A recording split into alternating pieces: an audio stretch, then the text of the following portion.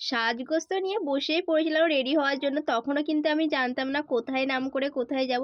তো hello everyone, আমি makeover রাখি। তোমরা যারা আমার ভিডিও নতুন দেখছো আমাকে একটু ফলো করে নিও। আমার মতন কে কে পাবলিক আছো অবশ্যই কিন্তু কমেন্ট বক্সে জানিও। কথাটা কেন বললাম তোমরা কিন্তু শুনলে হাঁ হয়ে যাবে। আমি যাচ্ছিলাম সাজগোজ কিনতে, তার জন্যই কিন্তু এত তোড়জোড়।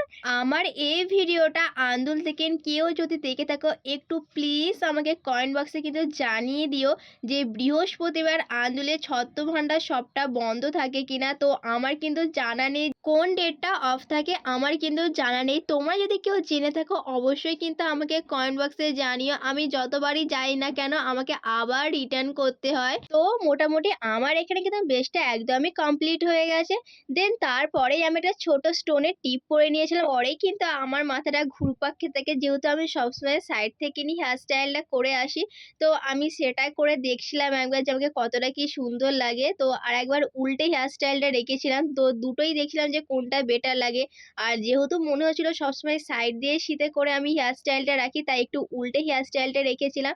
তো এটা ছিল কিন্তু আমার ফাইনাল লুক, তোমরা কিন্তু জানিও। আর তারপরে কিন্তু আমরা বেরিয়ে পড়েছিলাম। দোকানটা অফ থাকার কারণে আমি কিন্তু রাস্তাতেই মাথায় চিন্তা ভাবনা করে নিয়েছিলাম পাকুড়িয়া সারাসাত ধাম এই মন্দিরটায় যাব। আশা করি তোমরা এই মন্দিরটা অনেকেই চেনো। তো ফাইনালি আমিও চলে গিয়েছিলাম এই মন্দিরটা। এখানকার মন্দিরে কিন্তু প্রত্যেকটা মানুষ ভীষণ পরিমাণে ভালো ছিল। তোমরা যদি আমার এই ভিডিওটা দেখার পর এই মন্দিরে যাও, তোমাদেরকে একটা কথা বলে রাখি, নিচে কিন্তু বাল্যকালে হনুমানজির মন্দির আছে। ওইখানে প্রণাম করে আসার পরে কিন্তু প্রসাদ নিও। আমার কিন্তু জানা ছিল না, আমাকে কিন্তু এই কাকুটাই বলে দিয়েছিল। তোমাদের সাথে দেখা হচ্ছে আবার কোনো নেক্সট ভিডিওতে। আজকের মতন টাটা।